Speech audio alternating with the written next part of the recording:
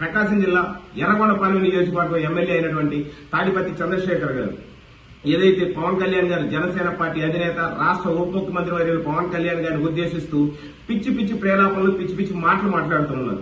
చంద్రశేఖర్ గారు నాకు వ్యక్తిగతంగా గతంలో వైఎస్ఆర్ కాంగ్రెస్ పార్టీ అధికార ప్రతినిధిగా ఎన్నో డిబేట్స్ లో నాకు ఆయనతో వ్యక్తిగత పరిచయం ఉండింది. డిబేట్స్ లో మేము కూడా జనసేన పార్టీ నుంచి నేను మాట్లాడేవాడిని, ఆయన కూడా అదేవిధంగా వైఎస్ఆర్ కాంగ్రెస్ పార్టీ నుంచి వచ్చేవారు.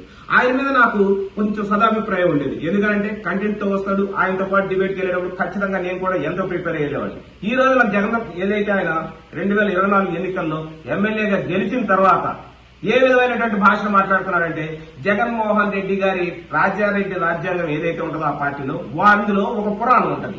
ఏం పురాణం అంటే బూత్ పురాణం. అది రాజారెడ్డి రాజ్యాంగంలో ఒక పర్టికులర్ ఒక సెక్షన్ ఏముంటుందంటే ఒక చాప్టర్ అనమాట. అది బూత్ పురాణం అని, రాజారెడ్డి బూత్ పురాణం అని. ఆ బూత్ పురాణాన్ని వాళ్ళు వంట పోసుకొని వాళ్ళందరినీ కూడా అవకాశం పోసుకొని వాళ్ళందరూ కూడా జగన్మోహన్ రెడ్డి గారి కళ్ళలో ఆనందం చూడటం కోసం అని చెప్పేసి మా అధ్యక్షులు పవన్ కళ్యాణ్ గారిని అవ్వచ్చు, అదేవిధంగా చంద్రబాబు నాయుడు గారిని అవ్వచ్చు, పలుసరి చేసేటువంటి పిచ్చి పిచ్చి మాటలు మాట్లాడుతూ ఉంటారు. ఈ రోజున చంద్రశేఖర్ గారు, తాడిపత్రి చంద్రశేఖర్ గారు పవన్ కళ్యాణ్ గారిని ఉద్దేశించి పిచ్చి మాట మాట్లాడుతున్నారు. ఏమయ్యా, నేను మీకు ఒకటే అడుగుతున్నాను, సూటిగా అడుగుతున్నాను, స్పష్టంగా అడుగుతున్నాను. చంద్రశేఖర్ గారు మీరు సమాధానం చెప్పండి. జగన్మోహన్ రెడ్డి గారు 2019 నుంచి 24 మధ్య కాలంలో దళితుల పట్ల ఎంత దారుణమైనటువంటి దాడికి గురి చేశాడు. ఆయన ప్రభుత్వంలో ఎంతో మంది దళితులు రాష్ట్రంలో ఎన్నో మారణ హోమాలు, దళితుల మీద అత్యాచారాలు, హత్యలు ఎన్ని జరిగాయి. వాటన్నిటిని మీరు ఒక్కసారి మనం చేసుకుంటే ఆ రోజు నువ్వు ఏ ఒక్క మాట కూడా మాట్లాడలేదు. ఈ రోజు మళ్ళా చెప్తున్నాను, డాక్టర్ సుధాకర్ ఎవరైతే ఉన్నారో మాస్క్ కోవిడ్ టైంలో మాస్క్ అడిగిన పాపానికి ఆయన మానసికంగా వేధించి ఆయన మరణానికి కారణం వైఎస్ఆర్ కాంగ్రెస్ పార్టీ అధ్యక్షుడు జగన్మోహన్ రెడ్డి, వైఎస్ఆర్ కాంగ్రెస్ పార్టీ నాయకులు కాదా అని చెప్పేసి నేను మళ్ళా మీకు గుర్తు చేస్తున్నాను.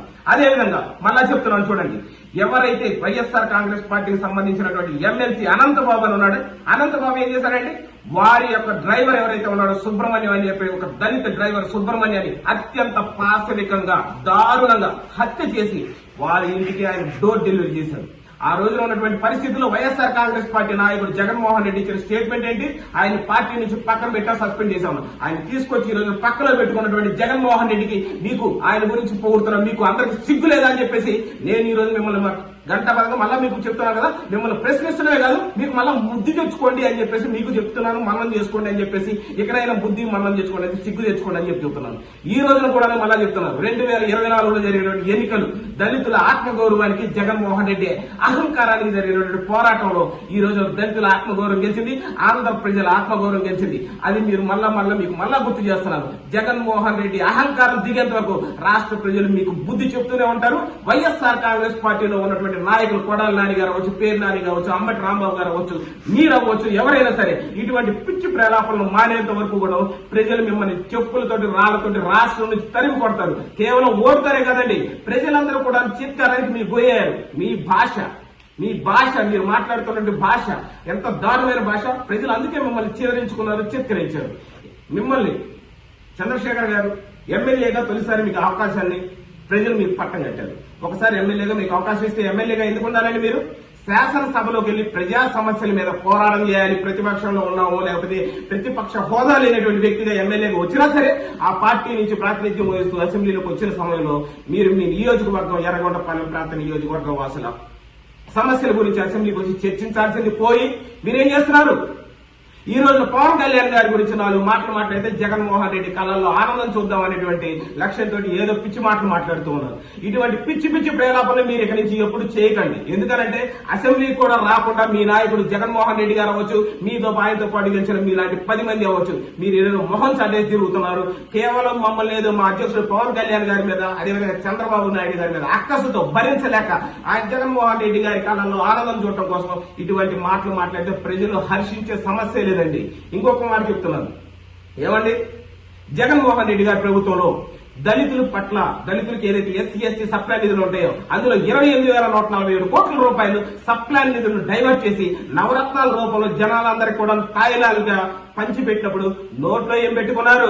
వైఎస్ఆర్ కాంగ్రెస్ పార్టీ నాయకుడైనటువంటి ఎమ్మెల్యే అయినటువంటి తాడిపత్రి చంద్రశేఖర్ గారిని నేను అడుగుతున్నా, ఆ డబ్బుల్ని పక్కదాన్ని మళ్ళిస్తే నువ్వేం పెట్టుకున్నావు నోట్లో? నువ్వు ఆ మాట దానికి సమాధానం చెప్పని చెప్పేసి నేను మిమ్మల్ని అడుగుతున్నాను. మీరు మళ్ళా చెప్తున్నాను, దళితులకు రావాల్సినటువంటి చంద్రబాబు నాయుడు గారు మా కూటమి ప్రభుత్వం 2014 నుంచి 19 వరకు ఏదైతే 27 రకాల స్కీముల్ని మేము ఏదైతే పెట్టడం జరిగిందో ఆ స్కీములన్నింటినీ కూడా రద్దు చేసినటువంటి నీచమైన చరిత్ర జగన్మోహన్ రెడ్డి గారిని కాదా అని చెప్పేసి నేను మళ్ళా ప్రశ్నిస్తున్నాను.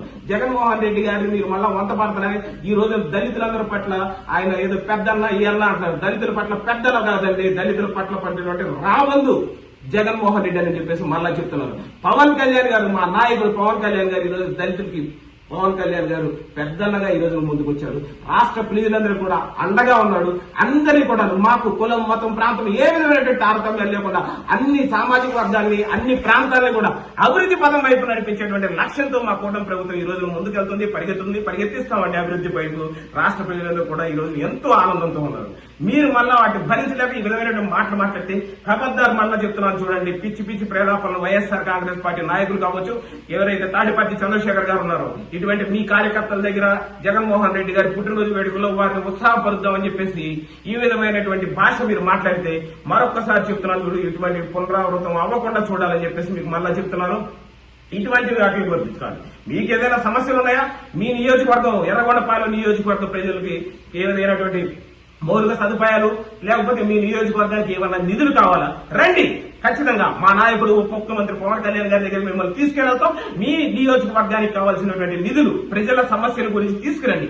వాటిని పరిష్కారం అయ్యే విధంగా వాటికి మీ నియోజకవర్గానికి నిధులు ఇప్పించే క్రమంలో ఖచ్చితంగా అభివృద్ధి వైపు వెళ్లే క్రమంలో మేమందరం కూడాను మీకు ఖచ్చితంగా ఉపయోగపడతాం. అంతేగాని ఏదో ఈ బూతులు మాట్లాడతాను, ఏదో పిచ్చిగా మాట్లాడతాను, పవన్ కళ్యాణ్ గారి బాడీ షేమింగ్ చేస్తాను, లేకపోతే ఆయన హెయిర్ స్టైల్ గురించి ఆయన సినిమా హీరో అండి, ఆయన పవర్ స్టార్ పవన్ కళ్యాణ్ అంటారు. ఆయన సినిమా రంగంలో, రాజకీయ రంగంలో తెలుసు కదా మీకు. రాజకీయ రంగంలో ఏంటంటే అతను సినిమా రంగంలో పవర్ స్టార్, రాజకీయ రంగంలో జగన్ కి మొగుడు స్టార్ అంటారు అనమాట. సో పిచ్చి మాటలు కూడా మేము మాట్లాడటానికి మీకులాగా మా వల్ల కాదు కాబట్టి మా నాయకుడు మాకు అటువంటి భాషని నేర్పించలేదు. మమ్మల్ని కొంచెం హుందాగా ఉండమన్నారు కాబట్టి ఖచ్చితంగా మేము హుందాగా ఉంటాం. మీరు లిమిట్స్ క్రాస్ అయితే ఖచ్చితంగా మేము కూడా లిమిట్స్ క్రాస్ అవుతాం. తెలుసు కదా మీకు న్యూటన్స్ థాడ్, every action there must be an opposite reaction. కానీ మా నాయకుడు పవన్ కళ్యాణ్ గారు మాకు నేర్పించింది అలా కదండి. జగన్ ఏదైతే జనసేన పార్టీ లా ఒకటి ఉంటుంది, every action there must be an opposite and extreme reaction and extraordinary reaction ఉంటుంది. దాన్ని మీరు ఆ కాన్సిక్వెన్సెస్ ఫేస్ చేస్తారు. కాబట్టి నోరు అదుపులో ఉంచుకోవాలని చెప్పేసి వైఎస్ఆర్ కాంగ్రెస్ పార్టీ నాయకుల్ని హెచ్చరించడమే కాదు, తాడిపత్రి చంద్రశేఖర్ గారికి మరీ చెప్తున్నాం. Thank you so much.